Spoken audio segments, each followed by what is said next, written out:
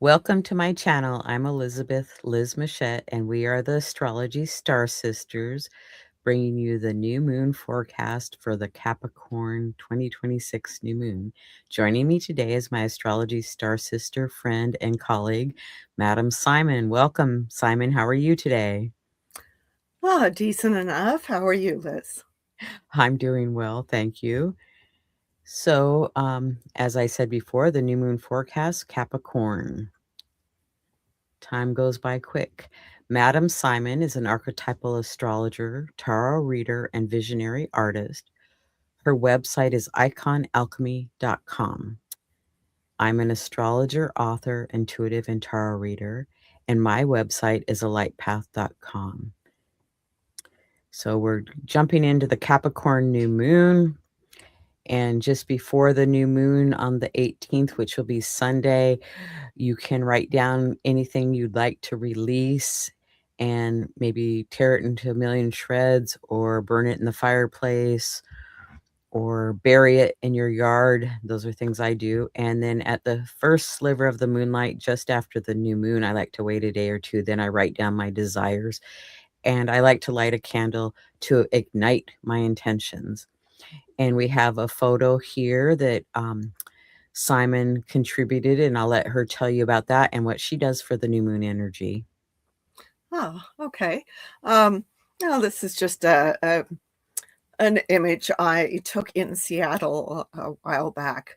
I actually have a kind of a obsession with photographing flowers wherever I find them, and trees. I'm constantly uh, capturing little bits of nature wherever I can do so. Um, as far as new moon stuff goes, I really treat the new moon as this kind of incubator um, for what I'm intending to do during that lunation. What's going to be happening over the next um, several weeks of the lunar cycle. So for me, it's not a matter of, writing down intentions or anything like that. It's more um, sitting in kind of, I wouldn't say it's like a formal meditation either. It's more, I'm just kind of letting the themes of the new moon percolate. And then if I'm actually going to be, formalizing intentions, I would be writing them down after that first sliver of moonlight. But being of a very Capricornian bent myself, my idea of writing down intentions is writing my to-do list. It's not. it's not anything so woo woo. Well, I always think it's really cool that we do it different ways because I honor everybody's way because whatever works for you, I think it's a good idea for people to do that and try different things. Right. So we have the Capricorn energy right now. It's a cardinal modality. Cardinal initiates, creates. It's the start of each season, and it's about the equinoxes and solstice times. The ruling planet is Saturn. It's of the earth element, solid, stable, secure, committed, building trust, and slow. The mantra is I utilize, I function in the world, or I achieve. And can you take us through the keywords and cautions, Simon? Sure. Some keywords for Capricorn are structure, boundaries, building, practical, hardworking, ambitious, frugal, patient, responsible, resourceful, dependable, disciplined, and traditional. And some of the cautions are being too serious, bossy, pessimistic, impatient, rule bound, regimented, rigid, and workaholic.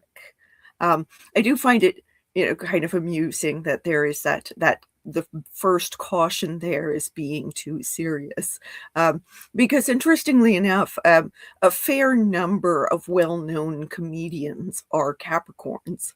Um, And so while Capricorn can certainly be very serious, I've heard an astrologer, I don't remember who said that Capricorns have seriousness on their souls. But at the same time, there is a strong appreciation for humor there. So it's a really great example of where sometimes we see with, these keywords and cautions that they're really two sides of the same coin, right? I would agree. Thank you. So out of bounds planets at this time period, we have the moon out of bound from January 14th through the 18th. Planet out of bounds is when the declination is 23 degrees and 27 minutes north or south, and the planet acts on its own energy out of the bounds of the sun. And another planet that's out of bounds until February 17th is Hygeia or Hygeia, because I know it's pronounced both ways. Would you like to say anything about out of bounds? Just that, a planet that's out of bounds, it's as you say, it's acting on its own, but it can sometimes act in ways that seem like they're a little bit more extreme, or um, uh, a different way of expressing how they normally express things. Um, you know, they're not um, they're not on the more conservative end of their expression. Thank you. So we have the moon aspects for the new moon, and the new moon is on January 18th at 11:52 a.m. Pacific Standard Time. And conjunct that sun and moon are Mercury, Venus, Mars, Pluto, and Vesta. So there's a big conjunction there, or a conjoining. And then the moon is sextile Saturn and Neptune and trine Uranus and Sedna. So what jumps out at you? Well, so first of all, we have, um, it's this planetary pileup that's going on that is 7 of these bodies together across 2 different Saturnian signs. Yeah, I know there's, modern astrologers who will look at Aquarius as being ruled by Uranus, but I'm a stodgy Capricorn. So of course, I'm going to go with the traditional rulership. And the traditional rulership for Aquarius is Saturn, as is um, uh, Capricorn. Capricorn is ruled by Saturn. Um, and so all of these bodies, uh, these 6 of the major planets, and then Vesta, um, one of the goddess asteroids, all of them are answering to Saturn, who is catching up to Neptune again, in preparation for their historic conjunction at 0 degrees of Aries next month. Okay. So all of these planets then are on some level concerned with Saturnian themes. And Saturnian themes, of course, are things like structure, but also time, um, and how we deal with hardship, limitations, self-discipline, um, authority can be here, as well as wisdom, shall we say, learning lessons. Um, and so all of these planets, think about this. This is all of the personal planets and both of the lights, the sun and the moon, and then Pluto, um, along with Vesta. And note that the conjunction between Pluto and Vesta is pretty tight at the moment, um, which I find very interesting. Aquarius is a social sign, but it is very much concerned with how is society organized, right? Um, and here we see Pluto, who tends to show us what's rotten, what's in need of composting. but also it's particularly concerned with power. And Pluto is closely conjoining Vesta, who is a goddess of the hearth, but she's the Roman iteration of that goddess. And so she's not simply the personal hearth, regardless of what sign she's in, but especially here in Aquarius, she is the hearth of the empire. Okay. And so think about the symbolism there of this goddess asteroid who is the hearth of the empire being conjoined by Pluto, who is, power. And what are we seeing right now, on the world stage in particular? Certainly in the United States, but we're also seeing it in Iran. We are seeing, this question of how is power playing out in the hearth of the empire, in the heartland here in the United States, right? And, what is it that we hold sacred? Because Vesta very much relates to that.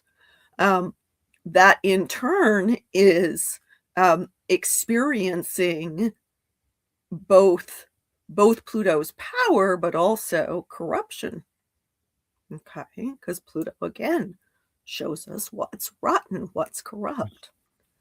And then, as I mentioned, all three personal planets plus the lights, all in Saturn-ruled signs, with Venus preparing to conjoin Pluto. Okay. And there's that seriousness, that issue of seriousness. What are we prepared to take seriously? What are we being practical about? What are we exerting our patience and self-discipline for? Okay. Mercury in Capricorn tends to be more slow and steady in its thinking and its expression. Okay. So we may find ourselves taking a bit more time to think things through before we speak. Okay. But Mercury is conjoining Mars, and Mars tends to go off half-cocked. Now, Mars is exalted in Capricorn because Saturnian patience and self-discipline can keep Mars from going off the rails. But both Mercury and Mars are currently combust. They are close enough to the sun that they are considered to be poorly, negatively impacted by the heat and light of the sun. When something gets close to the sun, even if in actual, astrophysics terms, they're not that close, but in terms of how we're perceiving them here on Earth, we can't see them. We cannot see Mercury when Mercury is under the beams of the sun. We cannot see Mars when Mars is under the beams of the sun. And so that makes it harder for their topics to be expressed. It makes it harder for us to clearly see what's going on with their topics, even as there is that combining of forces. The sun and the moon, so close to Mercury and Mars, are going to be concerned with how are we expressing ourselves, and in particular, how is our willpower and our temper expressing itself. And yet, Mercury and Mars are effectively being overshadowed. Okay. And so, it's like our egos are being informed by those things. But maybe it's difficult to clearly see what's going on with them. Okay. Now that moon and sun combination that we see at the new moon, that is trine Uranus. And so, and that also means that Mercury and Mars are trine Uranus. Okay. Um, Venus is moving out of that trine now. She's crossed over into Aquarius, um, and so she's closer to the trine with Sedna, but less close to the trine with Uranus. Okay, but that Uranus energy there, that we know that is concerned with change, concerned with liberation. Okay, and when it is trine the moon, then our instincts are going to be toward freedom, toward liberation. Um, and when the sun is trine Uranus, then our consciousness is concerned with that, right? Um, Now, the trine is a less harsh involvement of Uranus than if we were looking at a square or an opposition, but Uranus is still jumpy. you know, Uranus energy can still have that kind of crackling current of electricity running through it. Is still technologically concerned as well. Okay. So anytime we've got transits involving Uranus, we can expect to see some of the themes of whatever planets Uranus is touching showing up on the internet, right? Showing up through electronic means. Okay. Um, so that then suggests that we may find people talking more about, like, what are the practical concerns um, that are underpinning the social changes that that we are trying to create now. Okay. And of course, since the sun and moon are also sextile, the Saturn Neptune combination, so they're bringing that in as well, right? And this Saturn Neptune combination, since it is currently in the last degrees of Pisces, then it's going to be bringing up a lot of emotions. And Saturn, of course, deals with what is real. Neptune deals with what is ideal. Okay. But also, Neptune has this tendency to dissolve what is solid. Saturn is concerned with things staying solid. Okay. And so think about that, with all of these planets answering to Saturn, and Saturn is feeling that dissolving power of Neptune. It's really hard for us to tell what is real, what is reliable, okay, what is solid, what is practical. And at the same time, we're very concerned with all of those things. So that can have people feeling like um it's hard to get a grip on what is solid and real. Like, the ground beneath our feet maybe feels like it's turned to quicksand. Okay. Um and so, that being the case, we want to kind of gently remind ourselves that just because we can't quite figure out what is real and what is not right now doesn't mean it will always be this way. Okay. Exactly. Yeah, we definitely need to be reminding ourselves that this too shall pass. Change is inevitable. One true constant of the universe. Thank you, Simon. Mhm. And we have an aspect pattern of Taurus hammer. So we have Chiron, Eris, square Mars and Mercury, and they are quadrate to the south node. And Simon is very knowledgeable in Taurus hammers, so I'm going to have you just jump right in. Okay. Thank you. So a Taurus hammer is, first of all, it is all difficult aspects. That's the first thing to remember about it. It's all these challenging aspects. We have a square and then two sesquiquadrates. Okay. And a sesquiquadrate is effectively a square and a half. So it is it's like the energy of the square and then some. Okay. Ouch. Yeah, and squares, of course, are inherently challenging, right?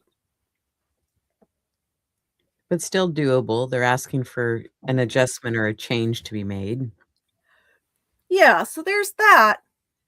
They are also of the nature of Mars. Okay. So when you have a square that involves Mars, that doubles down on the Marsiness. Okay. And it's also involving these bodies that are in a Mars ruled sign, right? We have both Chiron and Eris in Aries, which is a Mars ruled sign. So again, we're stacking more Marsiness on top of things. But the condition of Mars is kind of weird at the moment because Mars is exalted in Capricorn, is stronger because of that, and at the same time weakened by being combust. Okay.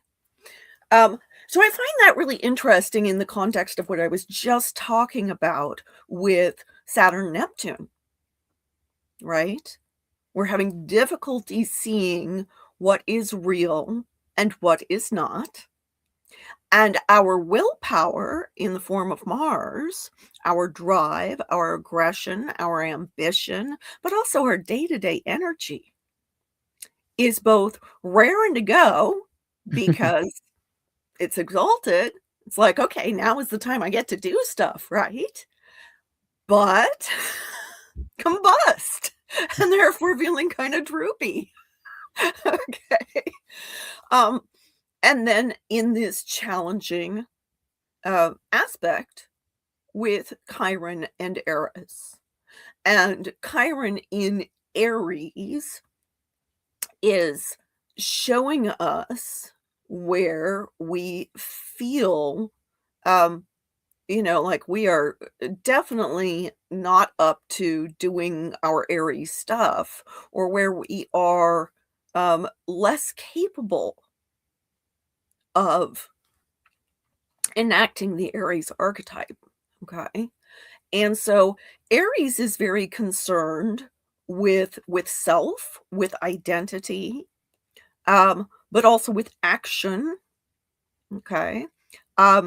With getting things done, but not in that kind of like, long haul potential drudgery that Capricorn can do.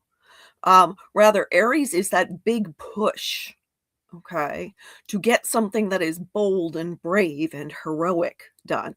Okay. It is snap decisions. It is excellent executive function. Okay. It is the ability to do something very decisively on a moment's notice without hesitation. It is, yes, the warrior archetype, but we can also see it as as an adventurer. Okay. But it's also youngest sign. And so it's also a sign that is associated with children or being childlike. And now think about this in the United States with lots of children who are currently experiencing either their parents being taken by immigration enforcement or they themselves are being snatched up. So, we can very much see that showing up with this square, right? That there is this action being taken against kids by somebody, in this case, Mars, right? Who is the ruler of Aries and therefore should be protecting them. Okay. So we see that combination there. Eris, right next to Chiron. Eris is goddess of discord, disruption. Okay. And she tends to call out hypocrites. She tends to show us the stuff that, that those in power are doing that they probably shouldn't be. Okay. Um, and she calls out, pomposity and stuffed shirts and all of that as well. She, tends to like to stir things up. But in combination with Chiron, then what she's really doing is making grievances stand out, making our hurts and our struggles show up more. Okay. She's making them louder.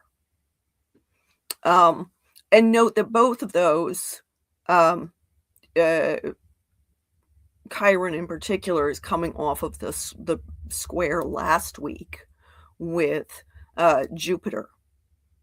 And so it's still technically an orb. We'll get to that later. But that does make things louder.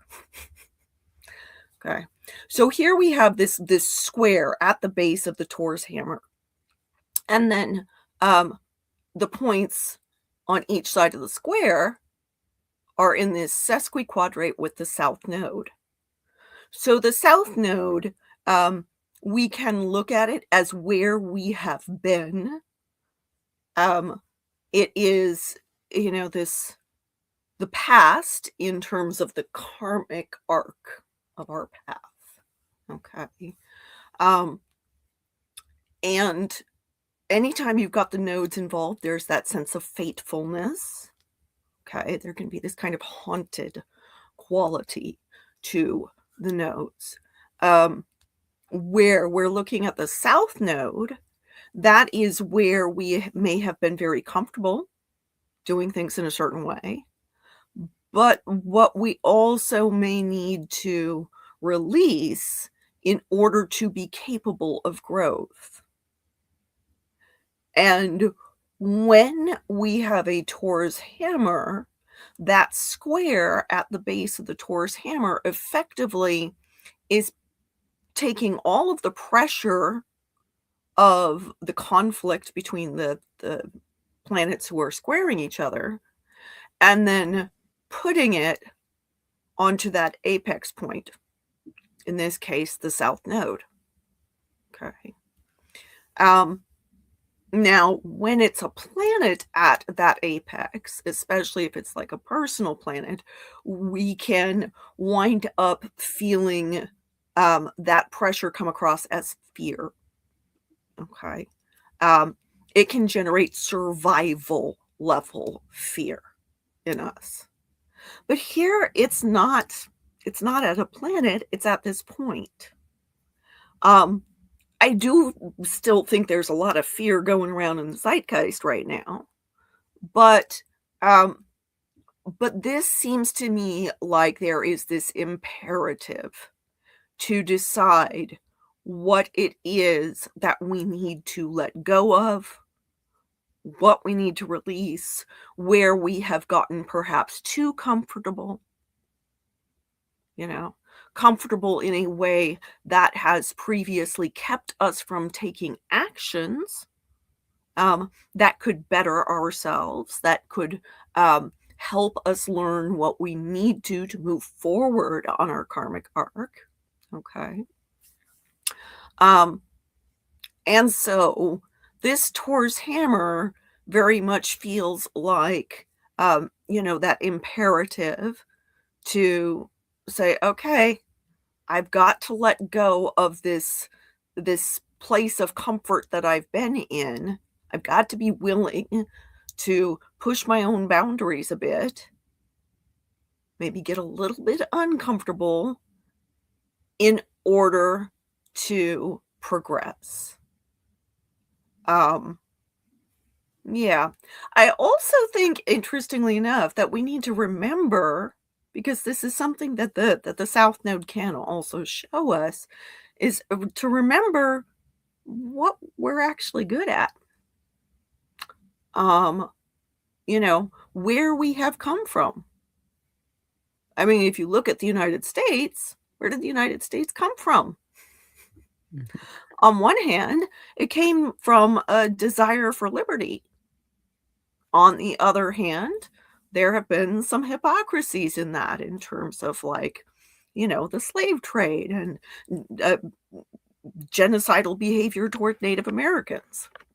So, recognizing where we come from can actually help us to strengthen ourselves, to take the actions that we need to in order to progress on our karmic path. Um, so yes, the Taurus hammer is uncomfortable, but I do feel like, funneling some of that pressure of, what kinds of actions are we taking or not taking? Where do we feel like we are helpless to take action? That's very much part of that Chiron and Aries. Okay. Um, and maybe what are some of our insecurities about um, what is brave, what is authority, what is decisive action? Um, what are the things that we believe should be done regardless of, without having to take too much time to think about it? What are the things that seem like good knee-jerk reactions to us versus harmful ones? Okay. Um, this Taurus hammer takes all of the pressure of those considerations and takes us back to, okay, where did we come from? What are our strengths? What is it we wish to continue to rely upon in ourselves? And where do we need to pull on our big girl or big boy panties and grow up a bit? Thank you for your insight on the Taurus hammer. Very fascinating. Thanks. So now we have a minor grand trine with Mars, Mercury, Sun, and Moon, trine Uranus, and then there's sextile Saturn and Neptune. So this minor grand trine has been going on for a while. Um, since since 2024, actually. Um, so it's got all of the outer planets in alignment together, interacting together, backing each other up. Um, Pluto has currently gone a little out of orb, um, but Venus at this point is fairly nicely within orb, and so is the sun and moon. This new moon is really stepping into the position previously held by Pluto in this. Um, so, when all of the outer planets are in cahoots together, big forces are at work in our lives.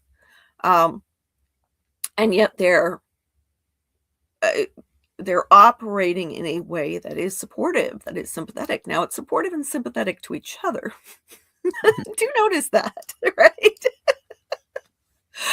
Um, but putting Venus in this combination, does give her some support. Putting the moon and the sun in this combination, this new moon in this minor grand trine is getting them some support from Saturn and Neptune and Uranus. Um, and that support strikes me as being very much about um, aiding us in change, and particularly aiding us in change that can empower us. Remember that Uranus is, in this cross sign conjunction with Sedna. And Sedna is very much about this journey from victimhood to empowerment. Um, and so I find that to be especially helpful and hopeful within this context. I think that that is some good juju to harness with this new moon, particularly when we are looking at how are we personally interacting with the big forces in our lives. Sometimes when we're looking at all the big stuff going on in the world around us, it's very easy for us to feel overwhelmed and like we personally can't, don't know what to do about it. But within this context, this suggests that we are in a position to make personal changes that can in turn have an impact. I think it's one of the things that can be challenging for people where we think all that stuff is outside and maybe I'm gonna try to keep it all at bay. Okay, but how we conduct ourselves personally and what we decide are our personal ways of handling life, those actually do have an impact. They have a ripple effect that goes outward. And living our lives in a way that adheres to a kinder vision, both for ourselves and for the rest of the world, in turn can influence what is going on around us. Okay. So I do feel like this new moon being within the minor grand trine is a rather lovely combination, because it connects the personal with the political, but it does so in a very supportive way.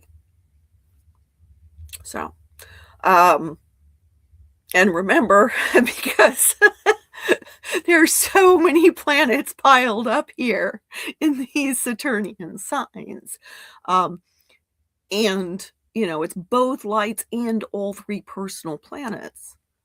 There really is that sense of potential personal empowerment coming out of this if we choose to lean into that.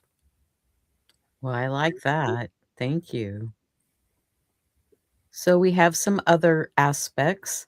Venus conjunct Pluto and Vesta, Jupiter square Chiron, Saturn square Hyea, Saturn trine Lilith, and Uranus opposite Lilith. Go ahead. Okay, so that Venus-Pluto conjunction with Vesta. I'm going to dial it back for a moment from the big forces and just get into the personal feeling about that. Venus is how we connect with other people. She very much relates to our value and values, our sense of self-worth, and the values that connect us with other people. So when Venus is conjoining Pluto, there are questions about the power dynamics within our relationships. There's also this kind of intensification of Venus themes of love and beauty and pleasure and wealth and art and fashion and fun. Okay. We can get a little obsessed when Venus is with Pluto. Venus with Pluto is the power of love. Okay. And that power of love here is in Aquarius. And Aquarius is social, concerned with the structure of society, like I mentioned, also concerned with ideals and causes. We may find that our relationships with people who have a vision for how society should be, that those relationships may be strengthened now. But we may also find ourselves challenged by some of the interactions that we have, the power dynamics that are under the surface of our relationships. And this is definitely a time when, if there's something rotten in our relationships, it's going to show itself. Okay. Um, you know, Aquarius is a sign that is associated with iconoclasts. Okay. On one hand, because it's Saturn ruled, it can be the stodgy stick in the mud. Okay. But on the other hand, it definitely has that affinity for Uranus, whether or not you consider Uranus to be its, ruler or transcendental ruler or what have you. And so there is also that question of, um, what is it that liberates an individual within a larger social context, right? And so there can be a kind of quirkiness to Venus in Aquarius. Um, Definitely strange fashion sense will show up here. Some of the weirdest fashion sense you will ever see shows up with Venus in Aquarius. I like to say unique. Yeah. Well, um, unique, but now think of that in combination with Pluto. This could actually be where it really works, right? I think Where, so. like, those strange choices, have an impact, Or okay? it works for the right person. Right, right. Um, and so this can also be very powerful for artists. This can be powerful for creative expression, okay? Um, and when you combine that also with Vesta, one of the things about Vesta, now, as I have said, yes, she's goddess of hearth and home, and both in Aquarius especially, but really in any sign, she's also the hearth of the empire. But she is also the light that sustains us, the sacred flame. She is what we hold sacred. Okay. Um, and she can be very much about what are we focused on at the moment.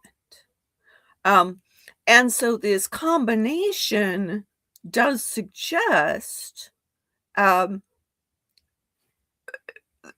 powerful love, but it's of an idealistic sort. It can be about love narratives because it's in an air sign. Um, it's not necessarily going to be gushy per se. It's not like a water sign where it's like, oh, we're all in the feelings about it, right? It's more, what is the story about it? What are our ideals about it? And what are the words that we say, the agreements we make that are going to make love last or break it? Okay. Um, so that can be useful. But can also perhaps, suggest that some relationships may come to a point of being like, no, there's something definitely rotten here, and it's time for me to say that is not the focus I want, right? Right. Okay. Um, so that Jupiter Chiron square that I mentioned, that is still in effect.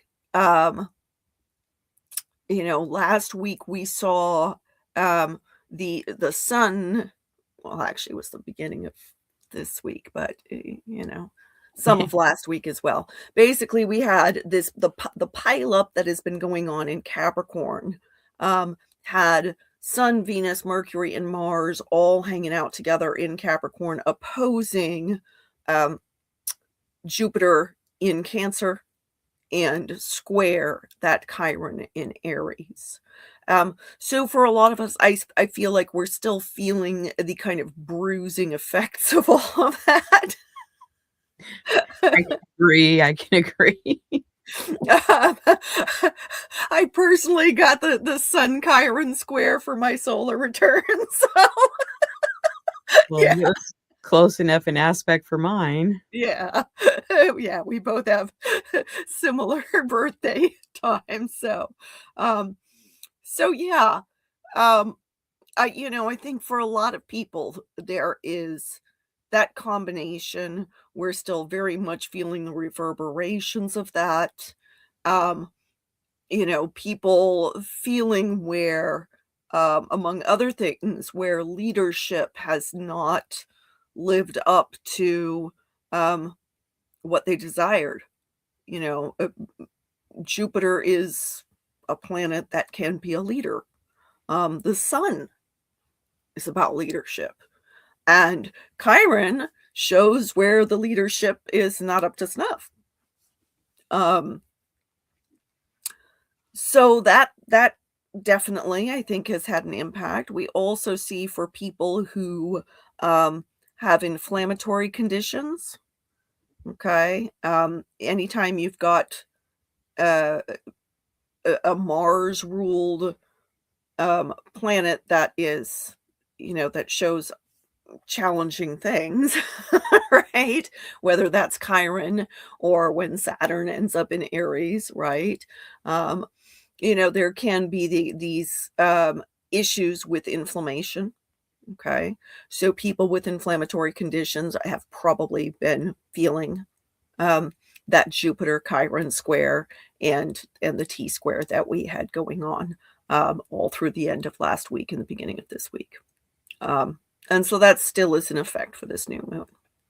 Um, yeah, what's interesting about that is that it's got this kind of mirroring effect that's going on. Um, because Saturn, ruling that Mars, ruling that Chiron, is square Aia in Gemini. And Aia is currently retrograde in Gemini. Um, and that means she is, kind of reviewing information in particular, um, and decision making, and sorting of information. Um, that means she is also kind of going through, the ways in which we're communicating. That includes, of course, technological communication, right? Um, and so she's doing this retrograde back through Gemini, and Gemini is, of course, ruled by that Mercury that's conjoining that Mars. Okay. Um, and that is having an impact when it comes to our mental health. Her reviewing that space may be prompting some of us to, step away from social media, or, you know, reconsider um, how are we talking about the things that are of concern to us right now, and is that being useful to us, um, or do we maybe need to reconsider the ways we've communicated about this? And for some people, it may, involve them kind of pulling back a little on that communication. Okay. Um, but because we've got Saturn square Aia, I think there is a big emotional impact for a lot of people, um, that is being compounded. Um, it's extra challenging in terms of um, how is communication about the struggles and the suffering of others um, showing up in the zeitgeist, and you know To what extent do we listen, and to what extent do we need to unplug? Okay. So I think that square is definitely having an impact for people, especially people who are already prone to either anxiety or depression. You know, when we're looking at Aya in Gemini, there can be perhaps a tendency um, to have our minds be racing. Okay. And when we're looking at Saturn in Pisces, for people prone to depression, that can exacerbate that depressive quality, right? Um, and now when you've got these two kind of duking it out together via the square, okay, that can uh, add to mental health concerns. So for people who are already prone to those things, this is the reminder that it may be especially tough now because of this transit, and at the same time, it doesn't last forever. Don't assume that it is permanent just because it's really bad now. Okay. Um, and this also can be useful to us because remember, squares are of the nature of Mars. And while, yes, we talk a lot about Mars being combative and all of that, one of the things Mars is about is protection. Okay. And so anytime we're dealing with a square, there is the reminder to protect ourselves. Right? To use some of that nature of Mars to say, okay, why are things so uncomfortable? Oh, they're so uncomfortable because of these two areas of concern that are kind of duking it out. Okay, how can I appropriately protect myself, taking into consideration the concerns of both of these planetary bodies, and make it a little less bruising for myself? Okay. Um, Now, let's see. We've got Saturn is trine Lilith at this time, while Lilith is in this opposition with Uranus. Now, this is the mean position of Lilith. I typically use the natural position of Lilith, and that's currently at 26 degrees of Scorpio, but still very much in orb for this combination. And that puts Saturn and Neptune at what is known as the point of Thales, to the opposition between Lilith and Uranus. And so again, Saturn and Neptune, kind of confusing us as to what is real and what is not, but also asking us, what is our long-term vision? Okay. How is it that we are going to restructure and reshape our reality? Okay. Um, and it's interesting because we've got Saturn and Neptune here are at the tail end of the zodiac, right? They're preparing for that big momentous conjunction at the beginning of the zodiac, but here they're wrapping up stuff at the end of the zodiac. And so, yes, we're looking at, what is our vision and what will make things last and all of that. But also, we're doing so in this space that is a space of endings. Right? So, it kind of feels to me like then that has Saturn and Neptune doing this process of seeing what has been in terms of our ideals, our vision, and the limitations of our ideals, the limitations of the structures that we have had. And in particular, how do we feel about that? And so in the trine with Lilith, Lilith Lilith's story is one of rejection, alienation, demonization, okay, being treated as, you know, the bad person for asserting boundaries. Which is interesting since Capricorn and Saturn is all about asserting boundaries, right? um, so here, having Saturn and Neptune trine Lilith, then in a way supports her boundaries and at the same time is eroding them. But because it's in the trine, it is perhaps suggesting, okay, you can, say what it is that you do and do not want, and at the same time, you can hold space for something bigger. What you do. Sorry, what?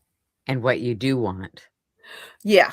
And one thing that Lilith very much is about is being true to ourselves and acknowledging who we are, warts and all, right? And there's a certain integrity that we can see with her. Okay. It's not necessarily an integrity that others are going to get along with, right? There are certainly times when, in order to be true to ourselves, we have to kind of, march to the beat of a different drummer. Okay. Now, with Lilith opposing Uranus, that's an interesting one because Uranus is very much about liberty, is very much about the willingness to take a different path from what others are taking. Okay. When planets are opposing each other, they have the nature of Saturn in that opposition, right? And so it's kind of this moment of like, stop, take a look, okay? See each other clearly. In this case, Lilith isn't a planet, she's a dark point in space, okay? And so she has some of the qualities of that darkness.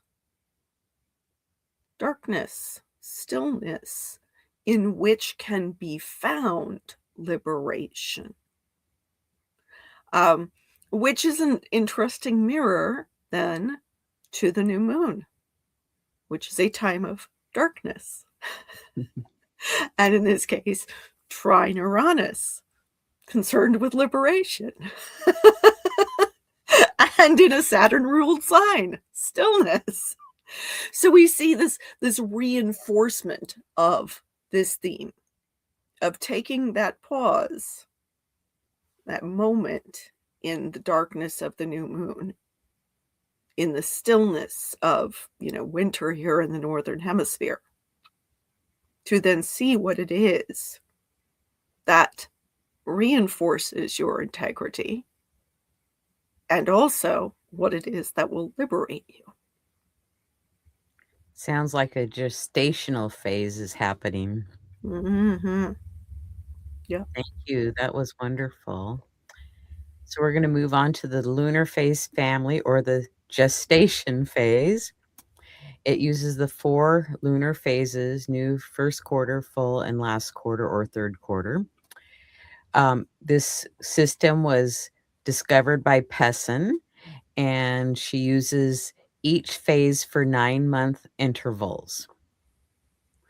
So we're beginning the new phase here on January 18th at 28 degrees Capricorn. The first quarter will be October 18th of 2026 at 25 Capricorn. The full phase will be July 18th of 2027 at 25 Capricorn. And the third quarter phase will be April 16th of 2026 at 27 Capricorn. And myself, I've tracked these for a number of years, and some are very influential in my life and some aren't. But it's kind of fun if you do any tracking or journaling that you can follow these. So always at the new moon, we're beginning cycles. So here's another way to use those beginning cycles. Would you like to make any comments? No. And then I like to look at the yearly lunar phase that we're starting here on January 18th. And then the full moon will be June 29th of 2026 at 8 degrees Capricorn. So, there's the monthly lunar cycle, the yearly lunar cycle, and then a 3-year lunar cycle with each phase being 9 months. So, Madam Simon is going to tell us about the Patreon page. Oh, so I write about transits, astrological transits on Patreon, and create astrological art in connection with those transits. And then I also create custom astrological art for my patrons there. So if that is something that would interest you, I'd love to see you join the community there. And then I am also a consulting astrologer, as is Liz. And so if you wish to schedule a consultation with me, please visit my website at iconalchemy.com. Thank you. And also, I do consultations. I have a newsletter, and you're watching my YouTube channel. So I appreciate you subscribing and liking and contacting me. I also have a nice archive of shows and 1 to 3 shows coming every week. So we look forward to having you all join us again in the near future. I want to thank our sponsor, Astro Peregrine, an astrology software for Mac and Windows. And you can find out more information on astroperegrine.com. Simon, it was such a pleasure to have you join me today. Thank you so much. And I look forward to having you join me again in the near future. I want to thank all those that joined us live today and all those that come back and watch at a later date. So we're going to say goodbye for now. So thanks. Bye.